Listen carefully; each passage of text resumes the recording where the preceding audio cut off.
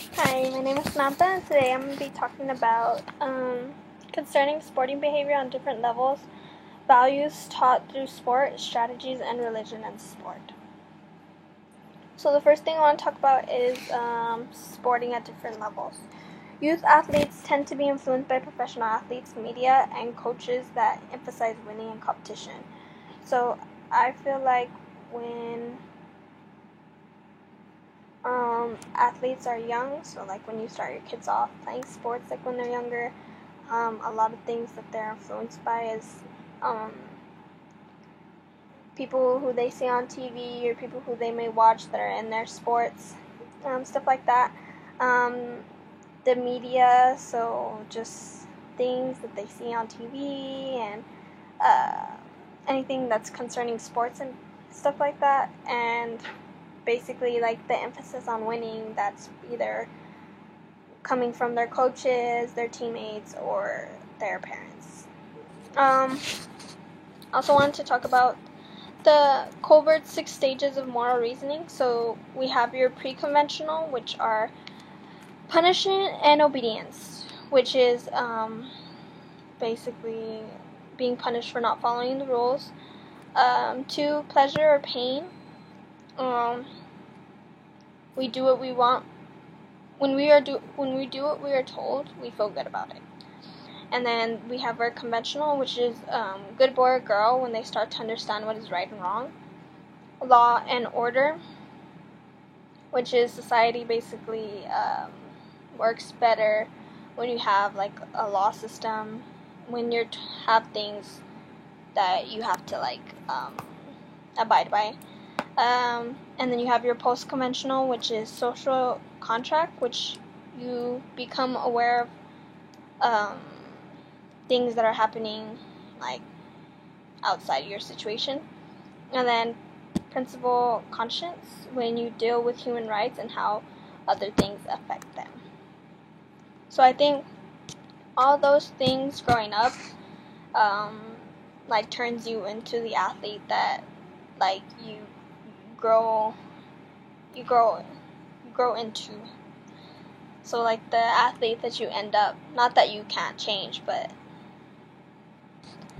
how you end up as an athlete. Like I think all these stages of moral reasoning affect how you'll become.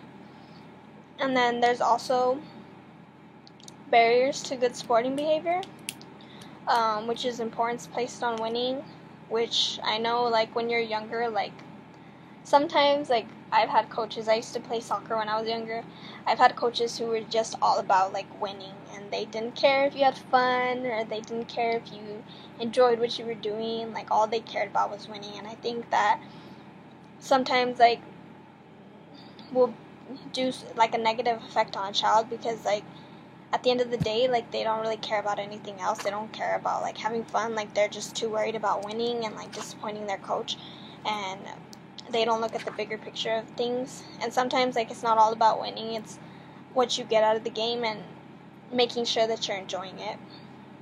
A coach's attitude, so that also has to do with like importance placed on winning. So coach's attitude sometimes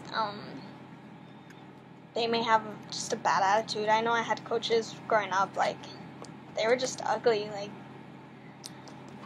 they just were mean, and like they didn't care about like making us the best athletes they were. They just cared about like winning.